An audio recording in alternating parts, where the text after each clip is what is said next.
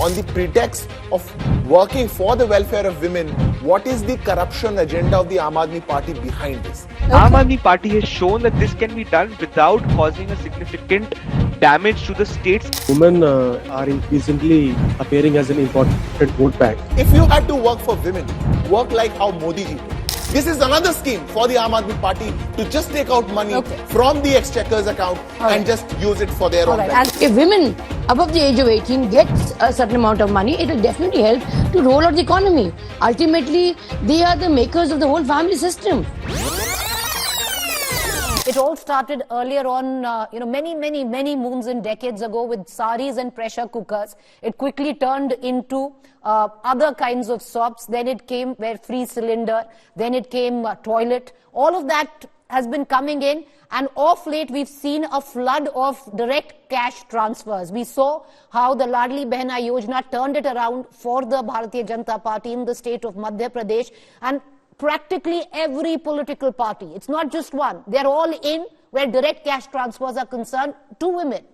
Yeah, because women are increasingly appearing as an important vote bank. They have been making independent voting decisions as the awareness and the literacy level increases. So we've seen that direct benefit or cash transfers have more impact than any other scheme because there is no leakage and the amount of money can be used by the women as per their will for whatever use they wish to. At least, like I said, the games have been declared open and it is the woman vote bank that is going to be in question that needs to be wooed. I want to cut across to Akshay Marathe. He's going to be joining us a short while from now from the Aam Aadmi Party because today they floated a theme. But let's begin with Siddharth Yadav, spokesperson, Bharatiya Janata Party, who's in the studio with me. Siddharth Yadav, you've been doing it in practically every state. You practically won, they say, Madhya Pradesh at the back of Ladli Behna Yojana. So there's really nothing much to complain about, even if Aam Aadmi Party has done it right before elections in Delhi. No, Preeti, I think what is more important to understand is that the Aam Aadmi Party is more than welcome to introduce any scheme for the welfare of women, to come out, copy any good scheme that's there around. But the real question is the kind of working of the Delhi Aam Aadmi Party government is the working with corruption. How they have been working all around the Delhi Jal Board, how they have been stealing money from different departments, how their ministers are now new policies introduced and a minister goes into jail. How that has been all rolling out, it's doubtful for me that on the pretext of working for the welfare of women, what is the corruption agenda of the Aam Aadmi Party behind this? That is the real question. Had you been working for women, you could have done a lot of things. But they started out, because as I wait for Akshay, Siddharth, it was the Aam Aadmi Party who started it out. It's free bus ride and tickets. You followed it. You've made it a part of your own guarantee. You've taken a cue from the Aam Aadmi Party. No, so it's okay if you do it, but it's not okay if the Aam Aadmi Party does it. We have not given any free bus tickets. And the Aam Aadmi Party also has to. It's going to be another scam one day that how suddenly once you give a free tickets on bus rides, suddenly women travelers increase. Suddenly you have to give a free Siddharth, can I remind you of your manifesto in Karnataka? Yes, please. Did you not offer free bus rides and free public transport? Why are you saying you did not? No, are we giving any? But you promised you didn't get elected. Had we rolled out, Preeti, just give me 30 seconds. Course. Had we rolled out a policy, you would have seen how that would have been more transparent than what the current Delhi government gives out as a model. But if I have to say, I'll just take 20 more seconds. If you had to work for women, work like how Modi ji did. Work how he has given reservation. Work how he has made 56% of the Jandan accounts are owned by women.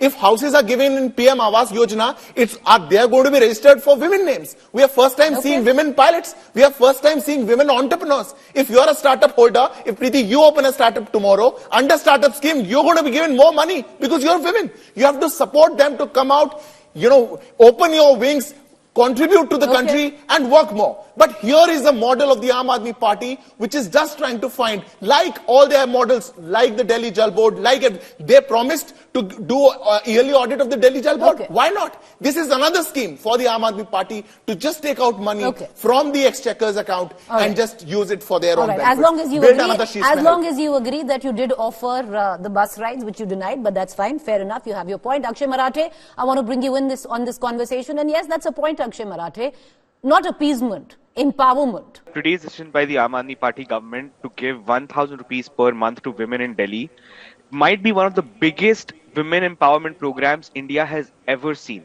So, in order to make up for these kinds of inequalities within households, within society, it is very important to place actual cash in the hands of women.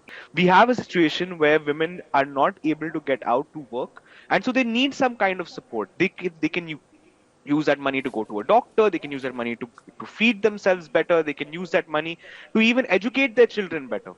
And Aam Okay. Aadmi Party has shown that this can be done without causing a significant damage to the state's. You know, with much fanfare, I still remember, and at that point of time, it was exemplary. But when Priyanka Gandhi stood and said 40% of tickets in the Uttar Pradesh elections will go to women, I do hope, Onika Mehrotra, that same yardstick would be applied when you're disbursing tickets for 2024 Lok Sabha elections. I definitely hope so, and I'll pitch in for that, definitely, Preeti. That's there for sure.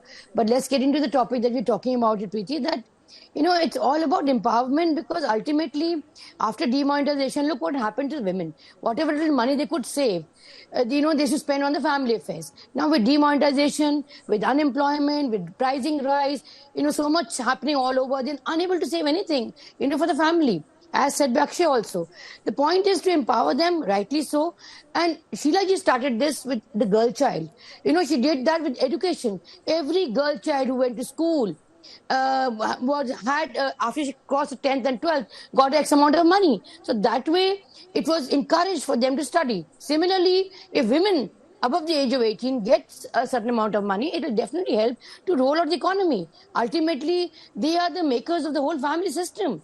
There's a difference, Amithabh Tiwari, from SOPs and schemes to direct cash transfer. It's the direct cash transfer which seems to be the game changer in this where the vote is concerned. Do you reckon? Yeah, of course, because in direct cash transfer, there is no leakage.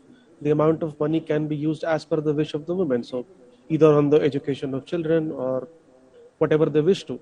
There is nothing stronger than politically empowering women. Putting women in positions of policy making is the biggest gift that you can give women for upliftment. So therefore, my question, lots of talk on women representation, lots of talk on getting women on board.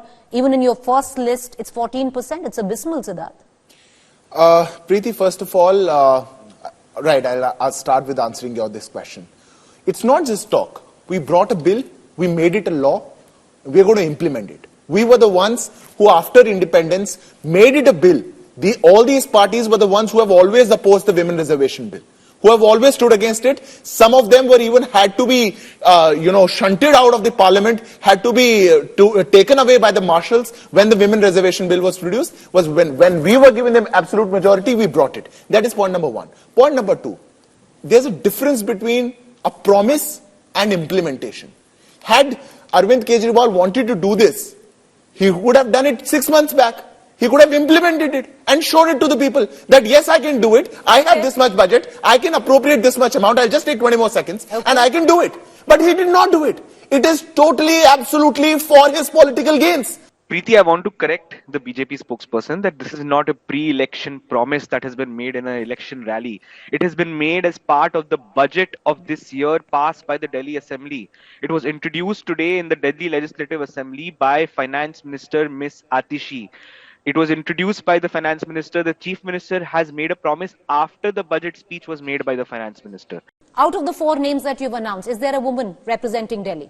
Or out of all names that you've announced right now for your Lok Sabha seats, is there a woman representing Delhi? Delhi or Gujarat?